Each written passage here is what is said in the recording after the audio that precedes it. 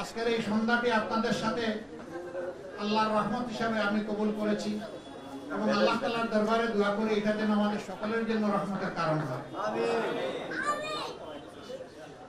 সম্মানী বন্ধুগণ, এক মুরব্বী জুড়ে আমিন বলে আওয়াজ দিয়েছে।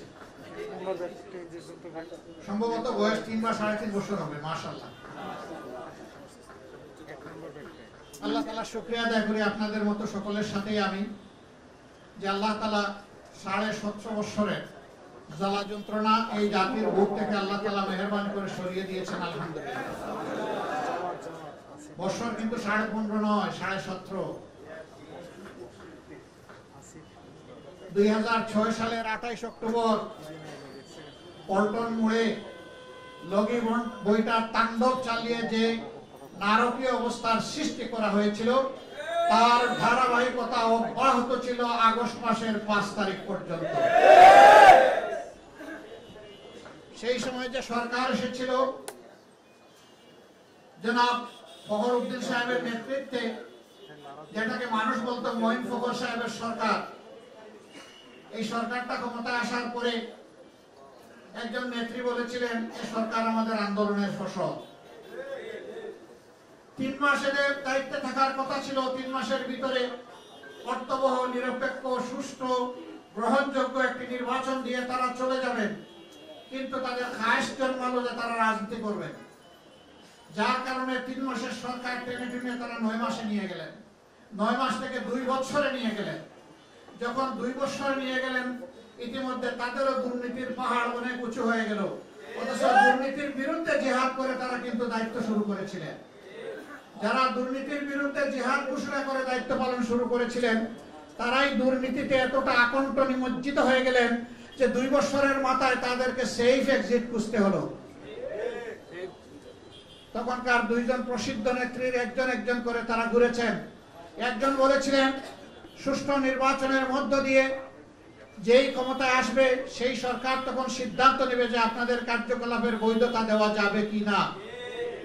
আরেকজন বলেছিলেন কাবিল তু জামিয়া, আমি সবকিছু কবুল করে নিলাম, কোনো প্রশ্নই করব না, আপনারা আমাকে সহযোগিতা করুন। তাকেই তারা সহযোগিতা করেছিলেন। তিনি ক্ষমতায় এসেছিলেন। তিনি ক্ষমতায় এসে জাতির বিরুদ্ধে যা যা করেছেন জাতি তার সাক্ষী। প্রথম আঘাতটা দিয়েছেন সেনাবাহিনীর কোমরে, দ্বিতীয় আঘাতটা দিয়েছেন জামাতে ইসলামের উপরে, তৃতীয় আঘাতটা দিয়েছেন সারা দেশের সমস্ত রাজনৈতিক দলের উপরে, চতুর্থ আঘাত তিনি দিয়েছেন উলামা হযরতের উপরে, পঞ্চম আঘাত দিয়েছেন 18 কোটি মানুষের মাথার উপরে। বলবেন যে 4টা বুঝলাম, পঞ্চমটা বুঝলাম না। আমার দেশের একজন ভিক্ষুক, সে যদি কোথাও ভিক্ষা করার জন্য রাস্তায় দাঁড়াতে চায়, সকালবেলা আগে তাকে ট্যাক্স দিয়ে তারপরে ভিক্ষায় দাঁড়াতে হবে।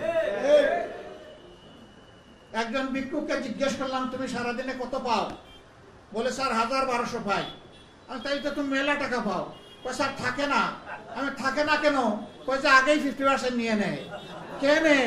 কয়েছে স্যার এই যে ক্যাডাররা আসে। একজন ভিক্ষুককে বুঝে যে এখানে ক্যাডার আছে। এই ভিক্ষুক সারাদিনে 500-700 যা জমালো, তারও তো পেট আছে, তারও তো পিঠ আছে। সে যখন বাজারে কিনতে গেল তখন তাকে 3 সেঞ্চুরির পেঁয়াজ কিনতে হলো। এদের আমলে পেঁয়াজের কেজি চলে গেল 300 টাকার উপরে। পত্রপত্রিকা প্রথম বললো সেঞ্চুরি কমপ্লিট, তারপরে বললো ডাবল সেঞ্চুরি, এরপরে বললো এবার 3 সেঞ্চুরি। আদা, রসুন, পেঁয়াজ, নিত্য পণ্যের দাম এইভাবে আকাশ ছোঁয়া হয়ে গেল। আপনি যেমন কিনছেন যিনি সম্পদশালী, ওই যিনি রাস্তায় মানুষের দ্বারে দ্বারে ঘুরে হাত পেতে 2 টাকা জমায়, তারও তো কিনতে হয়। অতএব এরা সকলের উপরে জুলুম করেছে। সেই অর্থে 18 কোটি মানুষের উপরে জুলুম করেছে। সমস্ত ব্যাংকগুলোকে ফুকলা করেছে ডাকাতি করে, আর্থিক প্রতিষ্ঠান ধ্বংস করেছে, উন্নয়নের নামে 1 টাকার কাজ 5 টাকা দিয়ে করেছে, দেশের এই টাকাগুলা বিদেশে পাচার করেছে, আবার বস্তা ভরেও রেখেছে। এখন বস্তাগুলা ফেলে জান নিয়ে পালিয়েছে। এরে ধরে ওরে ধরে বেগম জিয়ারে 3 কোটি টাকার জন্য ধরে উনি নাকি এতিমের মাল মেরে খেয়েছেন। উনি খেলেন কোথায়? উনি একটা অ্যাকাউন্ট থেকে আরেকটা অ্যাকাউন্টে সেফটির জন্য এটাকে ট্রান্সফার করেছেন, যা এখন 10 কোটিতে দাঁড়িয়েছে। উনি তো খান নাই।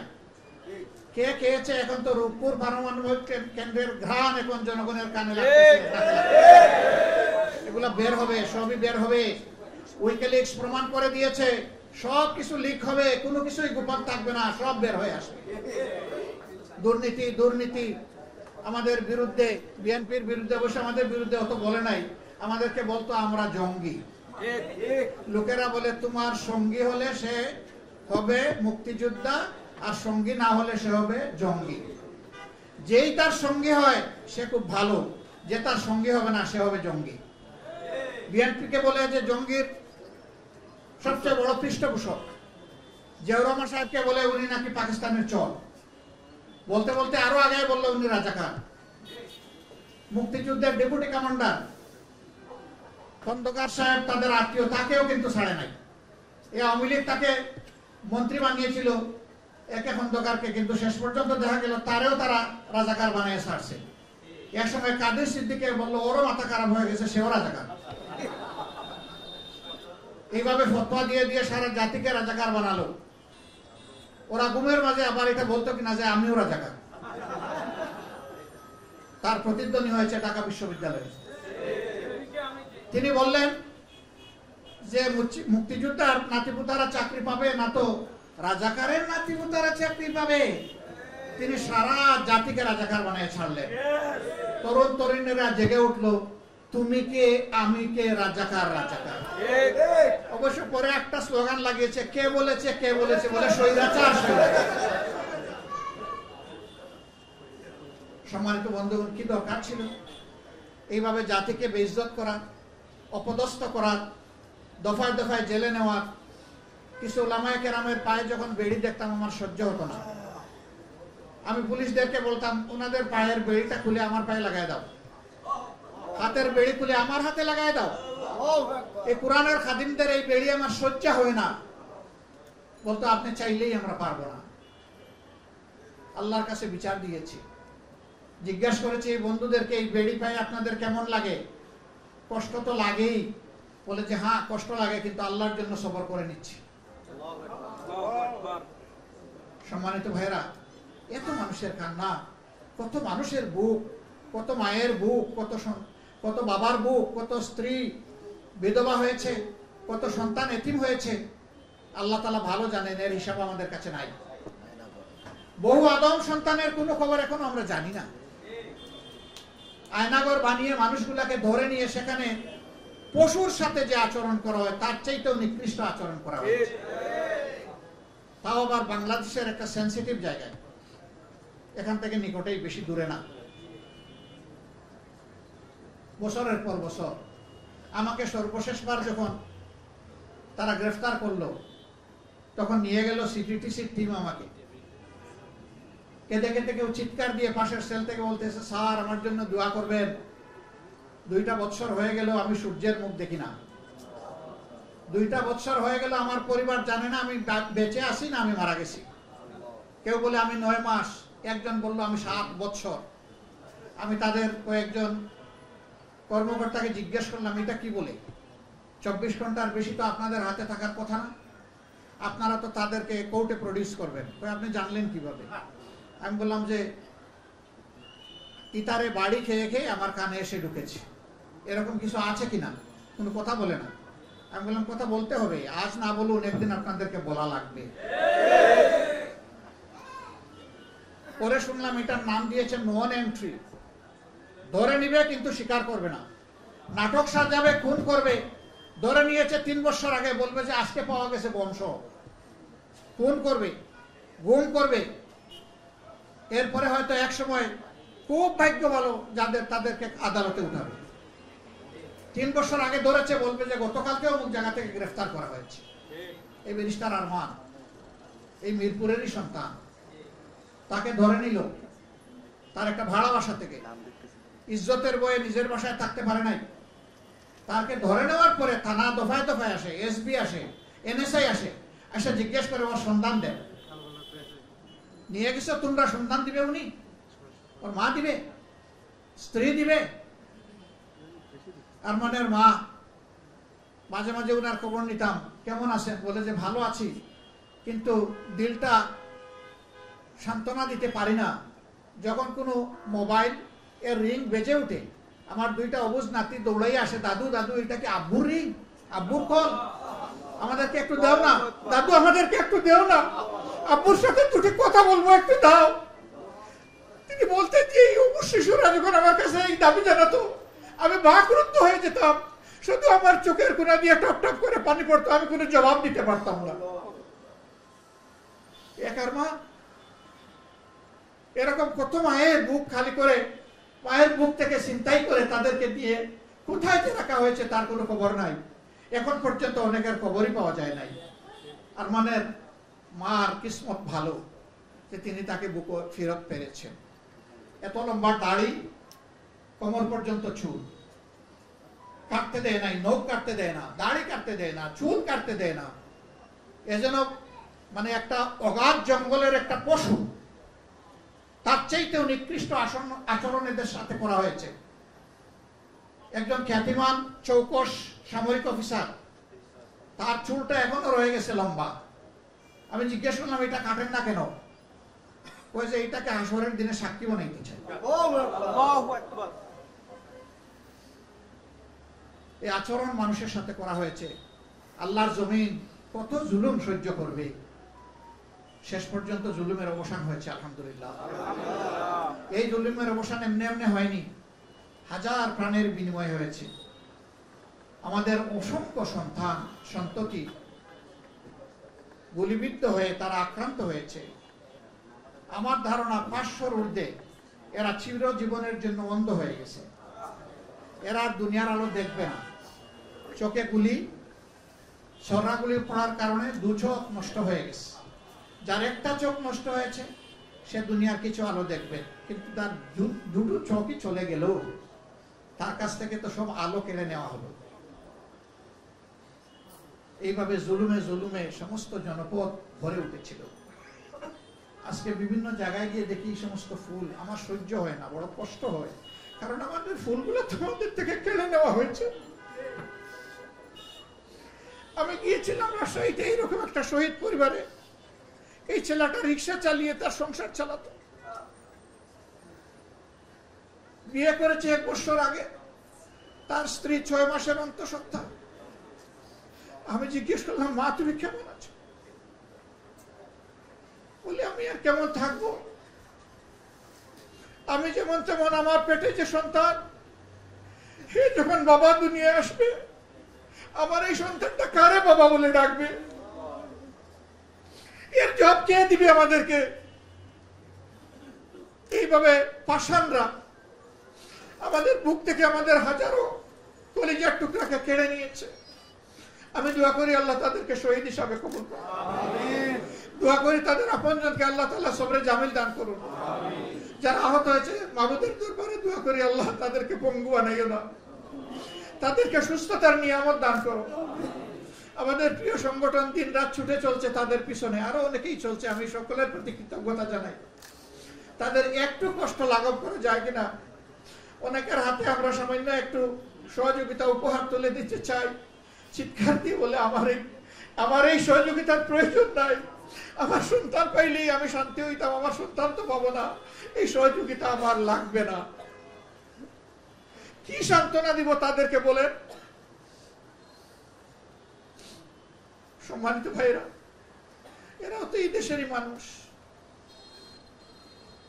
এরা তো অন্য কোনো জায়গা থেকে আসে নাই, ব্রিটিশ পেনিয়া নয়, পাকিস্তানি দখলদার নয়, এরা তো আমাদেরই অংশ। তারা একই আচরণ করলো এই জাতিটার সাথে। চতুর্দিকে দুর্নীতি, দখল বাণিজ্য, চাঁদাবাজি, ধর্ষণ, লুণ্ঠন, হত্যা, গুম, লালে লাল বাংলাদেশ। বুক ফেটে যায়।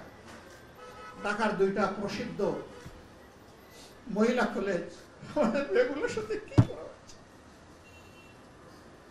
আপনারা আজ থেকে 3 বছর আগে এই রিপোর্টগুলো দেখেছেন। এই রিপোর্ট দেখার পরে হৃদয় ভেঙে টুকরা টুকরা হয়ে গিয়েছে। কার মেয়ের সবকিছু শেষ করে দিল এই লম্পটরা। সবগুলা লম্পট। এরা গিয়ে ঢুকেছে আবার জাতীয় সংসদে। এই সংসদ ছিল লম্পটের কারখানা।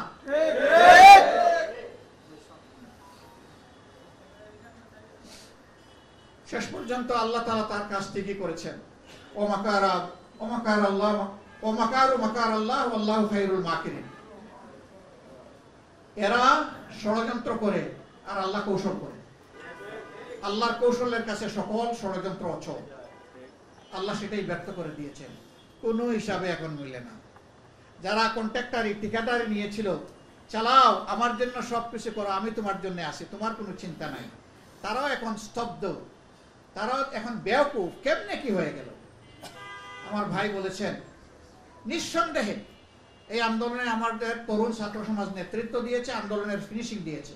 কিন্তু আন্দোলন তো শুরু হয়েছে 2009 সালের 10 জানুয়ারি থেকে।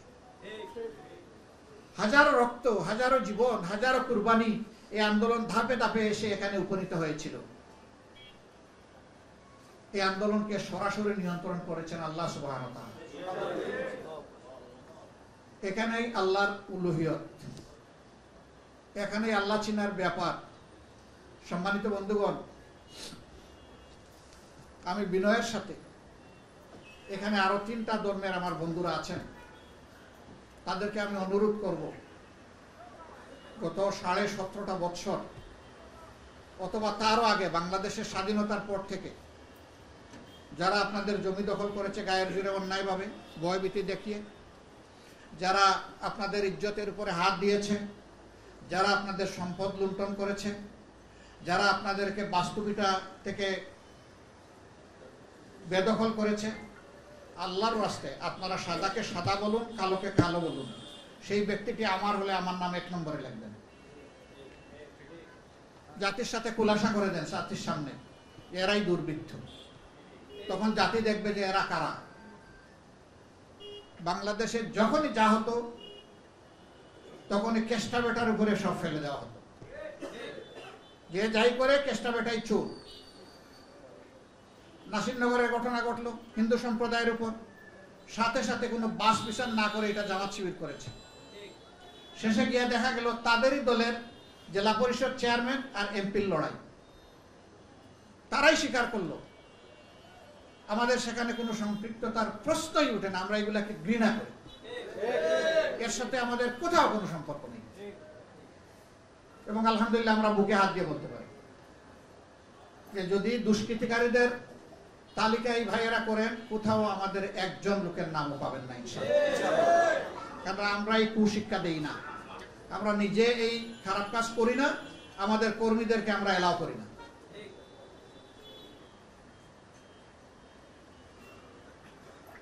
সুন্দরগঞ্জের এমপি গাইবান্দার মারা গেল লিটন সাহেব, প্রধানমন্ত্রী সংসদে দাঁড়িয়ে বললেন এটা জামাত শিবিরের কাজ। পরে দেখা গেল না, সেখানে ক্ষমতার লড়াইয়ে তিনি নিহত হয়েছেন সাবেক একজন এমপির সরাসরি পিস্তলের গুলিতে। তার সাজা হয়েছে।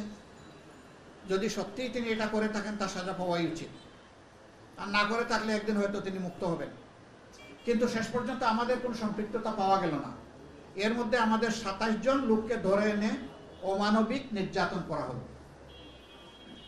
এই নির্যাতন ফিরিয়ে দিবে কে?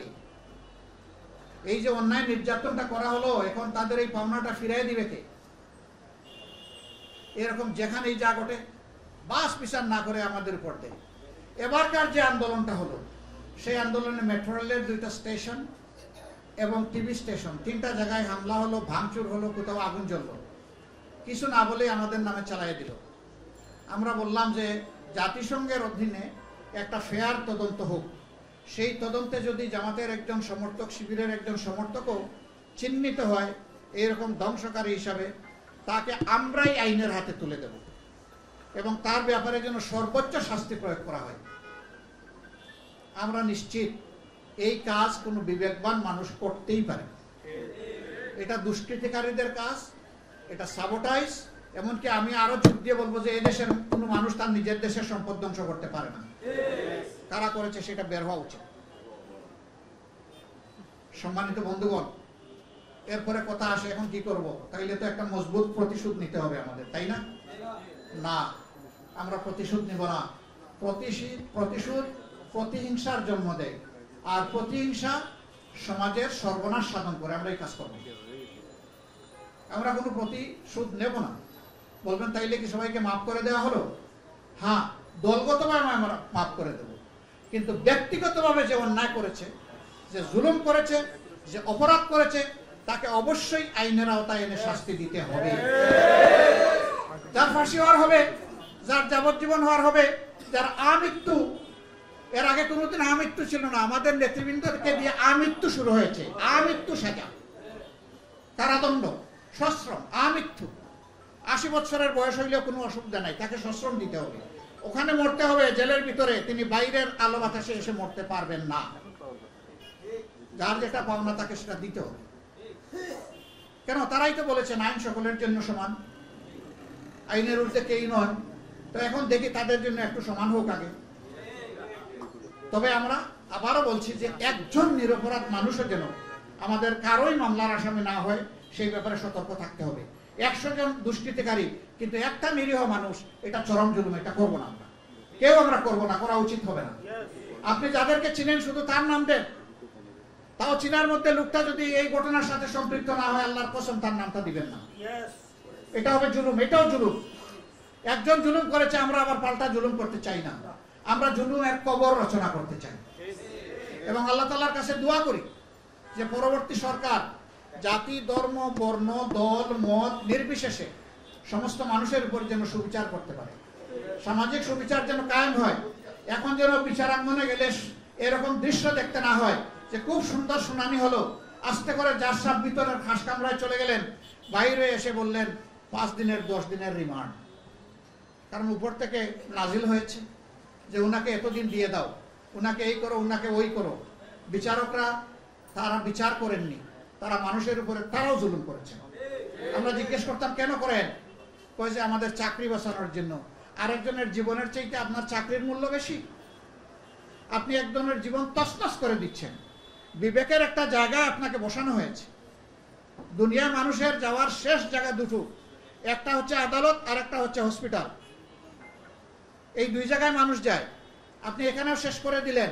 কেমন হলো এই দেশটা? অথচ আমাদের এই 5 তারিখ পর্যন্ত যারা দাপটের সাথে দেশে শাসন করেছেন বা শোষণ করেছেন, তারা বলতেন যে এই দেশে বিচার বিভাগ স্বাধীন। হ্যাঁ, যারা সকালে মিথ্যা কথা বলে তাদের ঘুম ভাঙে, আর মিথ্যা কথা বলতে বলতে ঘুমায়, তাদের সকল কথাই ওই পর্যায়ে করে, এর বাইরে যায় না। আলহামদুলিল্লাহ, কত হম্বি থম্বি আমাদের এক একজন মানুষকে বিরোধী দলের যখন গ্রেফতার করা হয়েছে, সাজানো বানানো উদ্ভট কত কিছু আমাদের বিরুদ্ধে চালান করা হয়েছে। আলহামদুলিল্লাহ, আদালতে কোনো জায়গায় আমাদেরকে কেউ ঘুষি মারে নাই, জুতা ছুঁড়ে মারে নাই। এখন কেন মারে? আমরা এগুলা সাপোর্ট করি না। আমি বাস্তবতা বলতেছি, আমরা কিন্তু এগুলা সমর্থক না। আমরা চাই সে যেই হোক, আইন অনুযায়ী তার বিচার হোক, কেউ যেন আইন হাতে তুলে না নেয়। কিন্তু পাবলিক সবকে আমার কথা শুনে, আপনার কথা শুনে, যারা ব্যক্তিগতভাবে ক্ষতিগ্রস্ত হয়েছে, আহত হয়েছে, নির্যাতিত হয়েছে, তারে বুঝ দিবে কে? তারপরে আমরা মানুষকে কড় জুড়ে বলেছি যে আসেন আমরা সবাই মিলে শান্তির দিকে যাই। অশান্তি সৃষ্টি করা ঠিক হবে না। আপনারা আশা করি সকলে স্বীকার করবেন, একমাত্র দল জামাতে ইসলামী, যার একজন বর্তমান আমির, একজন সাবেক আমির থেকে শুরু করে 1, 2 সিরিয়ালি 11 জন নেতাকে খুন করা হয়েছে। বিচারের নামে তাদেরকে জুডিশিয়াল কিলিং করা হয়েছে। যার শত শত কর্মীকে খুন করা হয়েছে। একমাত্র দল যাদের বাড়ি করে বুলডোজার চালিয়ে ভেঙে দেওয়া হয়েছে, আর কোন দলের এটা হয়নি। তাহলে প্রতিশোধ নিলে তো সব আগে আমাদের হক প্রতিশোধ নেওয়া।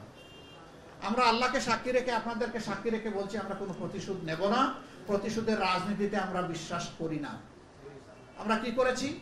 এই পরিবর্তনের সাথে সাথে আমরা এটা আমাদের নাগরিক দায়িত্ব মনে করেছি। আমরা বিভিন্ন ধর্মীয় প্রতিষ্ঠান, এমনকি মসজিদেও সাবোটাইজ হতে পারে, আমরা সব জায়গায় হাতে লাঠি দিয়ে আমাদের কর্মীদেরকে বসেছি, পাহারায় বসে যাও। তারা দিন রাত খেয়ে না খেয়ে, বৃষ্টিতে ভিজে এই প্রতিষ্ঠানগুলো তারা পাহারা দেওয়ার চেষ্টা করেছে যতটুকু তাদের সামর্থ্য আছে। আলহামদুলিল্লাহ, এর কারণে এবার বাংলাদেশে কোথাও বড় কোনো দুর্ঘটনা ঘটেনি। হ্যাঁ, কেউ কেউ সাজিয়ে গুজিয়ে বেলুন ফুলিয়ে এটাকে দেখাতে চেয়েছিল। আলহামদুলিল্লাহ, তাদের সমস্ত প্রয়াস ফ্লপ করেছে, ব্যর্থ হয়েছে, বেলুন ফুটা হয়েছে। এবার নাটক সাজানো যায়নি এটা নিয়ে। আমি ধন্যবাদ জানাই অন্যান্য ধর্মের ভাইদেরকে। সেদিন আমি ঢাকা মহানগরীর উত্তরে কেন্দ্রীয় মন্দিরে গিয়েছিলাম। একজন ভাই দ্ব্যর্থহীন কণ্ঠে বললেন যে আমাদেরকে কেউ আঘাত করে নাই, আমাদেরকে সবাই এখন পাহারা দেয়, ভালোবাসে, আমরা নিরাপদে আছি, শান্তিতে আছি, আমাদেরকে নিয়ে মেহরবানি করে কেউ মিথ্যা খেলবেন না। এই কথাগুলো শক্তভাবে আর বলতে হবে। আমরা সবাই এখানে থাকতে চাই। আমি মূল থেকে বলে আসছি, কিসের সংখ্যাগুরু আর সংখ্যালঘু, এটা সমাজকে শোষণ করার আরেকটা হাতিয়ার, আরেকটা স্লোগান। এই দেশে যেই জন্মগ্রহণ করবে সেই এই দেশের গর্বিত নাগরিক। সে একজন নারী হোক অথবা পুরুষ হোক, একজন মুসলিম হোক কিংবা হিন্দু হোক, একজন খ্রিস্টান হোক কিংবা বৌদ্ধ হোক, যেই জন্মগ্রহণ করবে তার ইকুয়াল রাইট এই দেশে এনজয় করা, এটা তাকে এই সংবিধান দিয়েছে, যদি আমরা সংবিধানকে মানি। আর ইসলামের সংবিধান তো আরো সুন্দর নিরাপত্তা সকলের জন্য নিশ্চিত করেছে। সম্মানিত ভাই ও বন্ধুগণ, আমরা এই জন্য এই স্লোগানটার বিপক্ষে। আমরা কোনো সংখ্যাগুরু সংখ্যালঘু মানি না, মানব না। আমরা সবাই এক, আমরা এক পরিবারের সদস্য। এক পরিবারের 5 জন 5টা মত হইতে পারে, এটাই বাগানের সৌন্দর্য। বাগান এক জাতের ফুল দিয়ে হয় না, সব জাতের ফুল দিয়ে বাগান সাজে। আমাদের এই সমাজ হচ্ছে সেই রকম একটা বিচিত্র বাগান, একটা সম্প্রীতির দেশ। আমরা এখানে সম্প্রীতি কাউকে ভাঙতে দেব না। এর জন্য আমাদের সকলের একটা শক্ত অঙ্গীকার দরকার যে যার যার জায়গা থেকে আমরা বিবেকের প্রতিধ্বনি করব। আমরা অন্যায়ের কাছে মাথা নত করব না এবং কোন ষড়যন্ত্রকে আমরা প্রশ্রয় দেব না। তবে হ্যাঁ, এর মাঝে যদি কেউ অন্যায় করে তাকে আমরা ছাড় দেব না। আমরা সকলে মিলে তাকে ধরব, তাকে ধরে যেখানে তাকে পৌঁছাতে হয় সেখানে পৌঁছে দেওয়া হবে। এবং এরপরে এই বিষয়ে সর্বোচ্চ আইনি ব্যবস্থা নেওয়ার জন্য যে মজলুম, যারা ক্ষতিগ্রস্ত হয়েছে, তাদের পক্ষে থেকে আমরা সবাই একসাথে লড়াই করবো ইনশাআল্লাহ। সম্মানিত ভাইয়েরা, এইভাবে যদি আমরা একটা সহনশীল সম্প্রীতির বাংলাদেশ গড়তে পারি, তাহলে আলহামদুলিল্লাহ আমাদের মাথায় বাহির থেকে এসে কেউ কাঁঠাল ভাঙার আর সাহস করবে না। কাঁঠাল ভেঙে আমাদের মাথার উপরে খাবে, এ সাহস করবে না। আল্লাহ শুকরিয়া আদায় করি, অনেক দেশে পরিবর্তন হয় বিভিন্ন দেশের সরাসরি হস্তক্ষেপে, আর বাংলাদেশের পরিবর্তনটা করেছেন আল্লাহ নিজ হাতের হস্তক্ষেপ। এখানে বাইরের কারো কোনো বাহাদুরি নাই, সম্পৃক্ততা নাই, কলা কৌশল নাই, কারিগরি নাই, কোনো কিছু নাই। স্বয়ং আল্লাহ রাব্বুল আলামিন করেছেন। এখানকার সমস্ত মানুষ, আমি বলেছি মজলুম, আপনারা দেখেছেন। আমি তো কয়েকটার কথা বলেছি। এই যে রংপুরের মৎস্যপল্লীতে তাদের গরু বাছুর পর্যন্ত লুটেও নেওয়া হলো, বাকিগুলা পুড়াই দেওয়া হলো, গড়গুলা সহ। শেষ পর্যন্ত ধরা পড়লো যে যুবলীগের এক নেতা ওই জায়গা জমিগুলা তার পেটের ভিতরে ঢুকানোর জন্য এটা করেছে। অথচ গোটার সাথে সাথে বলল যে মিঠাপুকুরের লোকেরা এসে এই পীরগঞ্জে এটা কাণ্ড ঘটিয়েছে, আর মিঠাপুকুর হলো জামাতে ইসলামের ঘাঁটি। দেখেন যুগবিয়োগ সূত্র কিভাবে মিলায় এত সুন্দর করে। শেষ পর্যন্ত তাদেরই তদন্তে বের হয়ে আসলো যে যুবলীগের একজন নেতার এটা কর্মকাণ্ড। সম্মানিত ভাইরা, আবার বলি, আসুন সাদাকে সাদা বলি, কালোকে কালো বলি। কালোর বিরুদ্ধে দাঁড়াই, সাদার পক্ষ নেই। ইনশাল্লাহ এটা হবে শান্তির বাংলাদেশ, সমৃদ্ধির বাংলাদেশ। রাত অনেক হয়ে গিয়েছে, আমার আরেকটা মিটিং আছে এরপরে। এই জন্যে আমি আপনাদেরকে বিরক্ত করার জন্য ক্ষমা চেয়ে নিচ্ছি। আমার ভাই সেলিমউদ্দিন বলেছেন যে আমাকে ভালোবেসে এসেছেন, আমি বলবো দেশকে ভালোবেসে এসেছেন। আমি আপনাদের কাছে কৃতজ্ঞ, আপনারা আমাদের ডাকে সাড়া দিয়েছেন। ইনশাল্লাহ আগামীতে আপনাদের ডাকে আমরা সাড়া দেব। আমি সকল ধর্মের ভাইদেরকে আশ্বস্ত করেছি, যখনই ডাকবেন তখনই পাবেন, এবং এটা অগ্রাধিকারের ভিত্তিতে আপনাদের পাশে আমাদেরকে পাবেন। আমি আবারও বলছি, সকল ধর্মের ভাইদের পাশে নয়, আমরা সাথে থাকবো। পাশে থাকা মানে একটু গ্যাপ, আমরা সাথে থাকবো, কোনো গ্যাপ নাই, গ্যাপ রাখবো। কিন্তু আমরা ষড়যন্ত্রকারীদেরকে ষড়যন্ত্র সফল হতে দেব না। আমরা ছাত্র ভাইদের প্রতি, তরুণ ভাইদের প্রতি অনুরোধ জানাই, তোমাদের কাছে জাতির ঋণী, কিন্তু এখন তোমাদেরকে মাথা ঠান্ডা করে কাজ করতে হবে। একটা পিলারে লেখা দেখলাম, রক্ত গরম মাথা ঠান্ডা। এরা চমৎকার চমৎকার স্লোগান দেয়। আমি তাই বলবো, এখন রক্ত একটু ঠান্ডা করো, মাথাও ঠান্ডা রাখো, তাহলে জাতি বহুদূর এগিয়ে যাবে ইনশাআল্লাহ। আমাদের বয়স হয়েছে, কবর আর আমাদের দূরত্ব কমে এসেছে। তোমরাই তো আগামীর বাংলাদেশ। এই আগামীর বাংলাদেশকে আমরা কলুষিত বাংলাদেশ হিসাবে, অতীতের কলুষিত বাংলাদেশ হিসাবে আর দেখতে চাই না। এখন একটা ফ্রেশ বাংলাদেশ দেখতে চাই। আল্লাহ তাআলা সেই ফ্রেশ বাংলাদেশটা দেখার তৌফিক আমাদেরকে দান করুন। এখানে যারাই এসেছেন তাদের প্রতি আমি আবারও গভীর কৃতজ্ঞতা জ্ঞাপন করছি। ইসলামী দলের অনেক নেতৃবৃন্দ, তারা একটা প্রত্যাশা ব্যক্ত করেছেন, অন্যান্য ধর্মাবলম্বী নেতৃবৃন্দ যারা এসেছেন তারা একটা সামগ্রিক প্রত্যাশা ব্যক্ত করেছেন। আমরা সকলের প্রত্যাশার মধ্যে কোনো তফাৎ দেখি না, সবগুলা এক স্রোতে এক পথে চলছে। সকলের গন্তব্য হচ্ছে এটি একটি সুখী সমৃদ্ধশালী ন্যায় এবং ইনসাফের সৌধের উপর প্রতিষ্ঠিত বাংলাদেশ হোক। সেই বাংলাদেশ আমরা চাই। আমরা সেই বাংলাদেশের জন্য ঐক্যবদ্ধ হয়ে কাজ করবো ইনশাআল্লাহ। আর এখানে মানে আসন কে কোনটা ইলেকশন করবে না করবে, মাফ করবেন, এটার এখন সময় নয়। এখন জাতিকে পাহারা দেওয়ার সময়, এখন মজলুম মানুষের পাশে দাঁড়ানোর সময়, শহীদ পরিবারের পাশে দাঁড়ানোর সময়, এখন বন্যা কবলিত মানুষের কাছে ছুটে যাওয়ার সময়। আসুন সবাই মিলে সম্মিলিতভাবে জাতীয় ক্রাইসিসগুলো আমরা মোকাবেলা করি। আমরা উপদেষ্টা পরিষদে যারা আছেন তাদেরকে অনুরোধ করব, মেহেরবানি করে আপনারাও এমন কোনো কাজ করবেন না যেটা আবার জুলুমের পর্যায়ে পড়ে। আপনারা এমনভাবে চলুন যাতে আপনাদের উপর জাতি আশা করে যে দায়িত্ব দিয়েছে সেই আশার প্রতি আপনারা শ্রদ্ধা প্রদর্শন করতে পারেন এবং জাতি যেন একটা সুন্দর পথ খুঁজে পায়। আমি তাদের জন্য দোয়া করি, আল্লাহ যেন এই ব্যাপারে তাদেরকে সাহায্য করেন। সম্মানিত ভাইয়েরা, সবাইকে কৃতজ্ঞতা ধন্যবাদ জানিয়ে আমার কথা এখানেই শেষ করছি। আল্লাহ হাফেজ। বাংলাদেশ জিন্দাবাদ। আসসালামু আলাইকুম ওয়া রাহমাতুল্লাহ। অন্যান্য ধর্মের ভাইদেরকে আমার অন্তরের অন্তঃস্থল থেকে উষ্ণ সম্বর্ধনা।